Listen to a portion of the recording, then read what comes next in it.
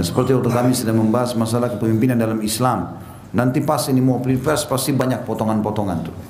Potongan ini, potongan itu, macam-macam. Padahal sebenarnya bukan itu yang sedang kita bahas. Kita sedang bahas globalnya hukum syar'i. Berlaku sampai hari kiamat siapapun presidennya gitu kan. Penyakit gula, penyakit apa saja bisa sembuh dengan itu. Ya, penyakit apa saja. Karena Nabi SAW mengatakan kesembuhan ada. Tidak kenal penyakitnya apa. Di madu, di bekam dan kai.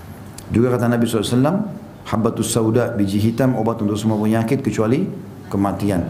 Kalau mati ada obatnya bisa dengan habba sauda. Habba sauda itu jintan hitam kecil-kecil. Sangat senior, Masya Allah sudah berumur beliau. Datang ke toko saya untuk saya jual biji habba saudanya langsung. Karena kadang-kadang saya konsumsi di madu. Dan beliau bilang, Ustaz ini sudah tahu cara pakainya. Ini kisah mungkin sekitar 8 tahun, 9 tahun yang lalu. 10 tahun yang lalu lah. Saya bilang, iya, setahu saya dikonsumsi. Biasanya saya dulu makan 1 sendok penyakit itu. Ya. Kata Nabi SAW, Allah tidak menurunkan penyakit kecuali Allah turunkan bersamanya obat. Maka berobatlah wahai hamba-hamba Allah. Artinya berobat untuk apa? Untuk jadi sehat. Gitu kan? Jangan kau biarkan penyakit di badanmu, obati. Kata Nabi SAW, tidak ada penyakit yang Allah turunkan kecuali Allah turunkan bersamanya kesembuhan. Maka berobatlah, ikhtiar, cari. Lalu kata Nabi SAW dalam hadis yang lain, sesungguhnya kesembuhan terdapat dalam 3 jenis obat. Ya. Madu, kemudian sayapan bekam, ya. Kemudian kai. Kai itu menggunakan besi panas yang disentuhkan di tubuh. Tapi Nabi SAW mengatakan cuma aku melarang umatku menggunakan kai. Riwayat lain dikatakan jadikan kai pengobatan terakhir kalian. Karena biasanya orang kalau pakai kai itu jadi ketagihan. Misalnya sering sakit kepala nih, dia besi dipanasin, dikagetin aja kepalanya, disentuhin, dikagetin. Ini biasanya obat paling efektif kalau orang stroke, ya. Namanya kai. Atau ada orang luka dan tidak sembuh-sembuh lukanya, biasanya di kai. Seperti Nabi SAW pernah mengkai sendiri, beliau panaskan besi, kemudian beliau tempelkan di dadanya Sa'ad bin Mu'ad radhiyallahu anhu yang mati syahid, ya terbunuh kena anak panah yang terlepas dari pasukan Ahzab. Itu beliau sendiri yang mengkai supaya darahnya saat berhenti, gitu kan. Tapi di sini teman-teman masalah madu disebutkan. Maka usahakan jangan lewatkan sehari kecuali konsumsi madu walaupun 1 sendok. Itu niatkan untuk menjaga kesehatan dan menjalankan sunnah Nabi SAW. Setiap hari 1 sendok madu. Dan cari madu yang asli ya. Tidak apa-apa karena madu asli itu memang lebih mahal. Tetapi 1 sendoknya manfaatnya mungkin sama dengan 1 botol madu palsu atau 2 botol. Jadi jangan cuma lihat harganya saja. Tapi ini kesehatan. Kata Nabi SAW kesembuhan di situ. Kata sebagian ulama hadis yang dimaksud kesembuhan adalah kalian tidak kena penyakit. Kalau belum kena penyakit, kalau ada penyakit bisa sembuh. Jadi dia juga bisa ya untuk stamina badan sehingga tubuh kita sehat. Kemudian juga sama dengan bekam. Ini teman-teman harus biasakan. Di bawah ini ada tempat bekam ya. Bukan karena kebetulan kita di tempat bekam ini ya. Tetapi memang itu hukum syar'i. Saya sudah berapa kali bilang kalau saya sedang mengisi pengajian dan teman-teman dai yang lainnya teman-teman, kalau mengisi pengajian kami sedang menjelaskan hukum Islam dari awal turun sampai hari kiamat nanti. Jadi jangan dipenggal-penggal seakan-akan untuk kepentingan golongan tertentu. Ya seperti waktu kami sedang membahas masalah kepemimpinan dalam Islam. Nanti pas ini mau pilpres pasti banyak potongan-potongan tuh. Potongan ini, potongan itu, macam-macam. Padahal sebenarnya bukan itu yang sedang kita bahas. Kita sedang bahas globalnya hukum syar'i. Berlaku sampai hari kiamat siapapun presidennya gitu kan. Tapi subhanallah kadang-kadang orang menyalahgunakan. Yang kita sayangkan masyarakat kita memang masih tahap belajar. Ada di antara mereka yang masih terpengaruh kadang-kadang gitu kan. Harus bijak dalam memahami masalah seperti ini. Baik, kemudian juga ada hadis Nabi SAW. Masalah madu ini penting. Kemudian masalah bekam penting teman-teman sekalian. Yang paling afdal kalau untuk jaga kesehatan sebulan sekali. Yang paling afdal sebulan sekali. Dan tepatnya tanggal 17, 19 dan 21. Tapi boleh tanggal berapa saja. Kalau memang kita sedang menghadapi penyakit, ya, sedang menghadapi penyakit. Dan ini perlu didalami, belajar. Baik otodidak ataupun langsung praktek. Kalau ada pelatihan-pelatihan ikutin. Ya. Saya sendiri bekam diri saya di rumah. Saya bekam sendiri. Ya. Kalau tempat yang saya tidak jangkau, saya minta tolong sama istri saya. Maka dibekam sendiri teman-teman sekalian. Udah dijual alatnya, ada jarumnya sendiri, gitu kan. Dan saya sudah bertanya sama salah satu kakak kelas kami, semoga Allah jaga beliau, Ustaz Wildan, hafizahullah. Beliau sudah 20 tahun bekam orang. Saya bicara dan saya baru tahu juga metode bekam yang menarik dari beliau itu, yaitu mengeluarkan darah di tempat yang sama kalau memang dasarnya orang itu punya keluh kesah. Ya. Jadi di satu titik, biasanya kan tempat-tempat bekam satu titik cuma sekali saja. Nah ini di titik yang sama dia bisa sampai 3-4 kali.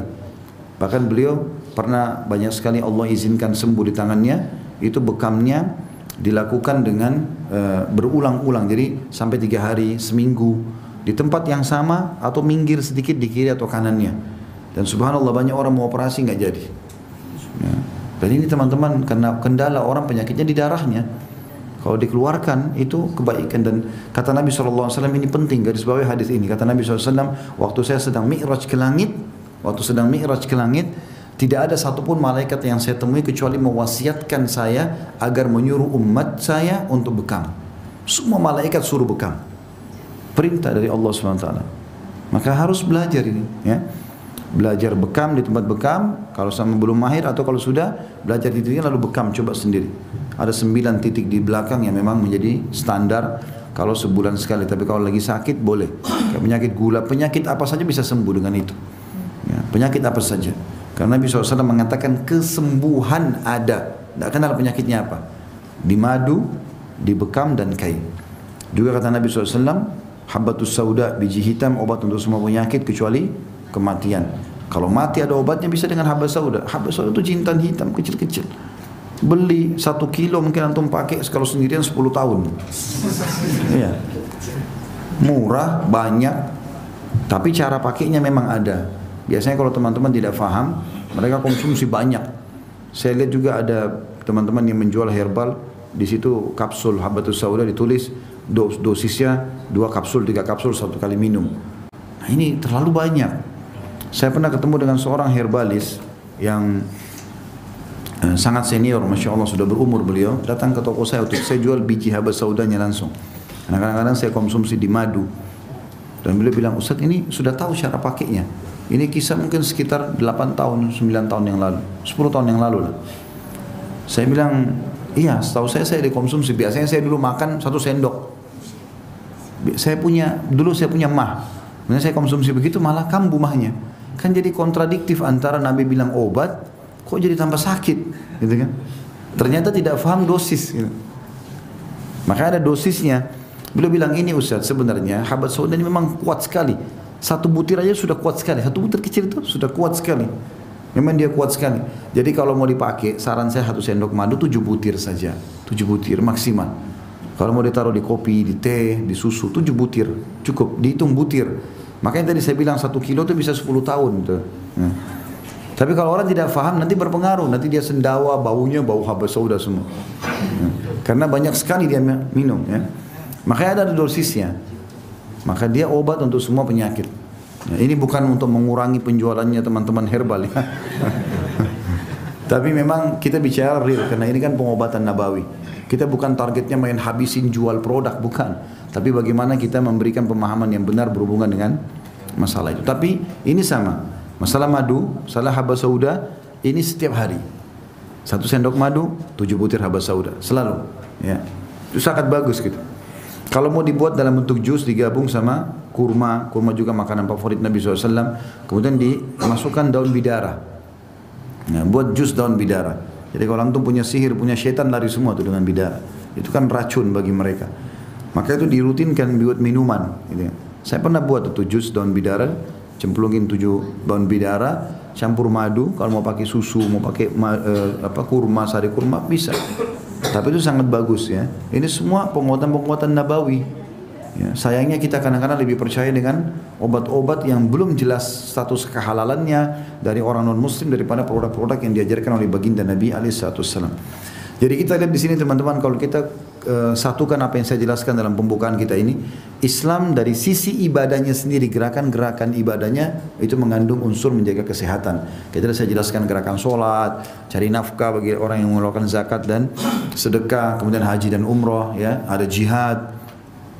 Sisi yang lain, memang Nabi SAW sendiri praktekkan itu dan banyak dalil berhubungan dengan masalah itu.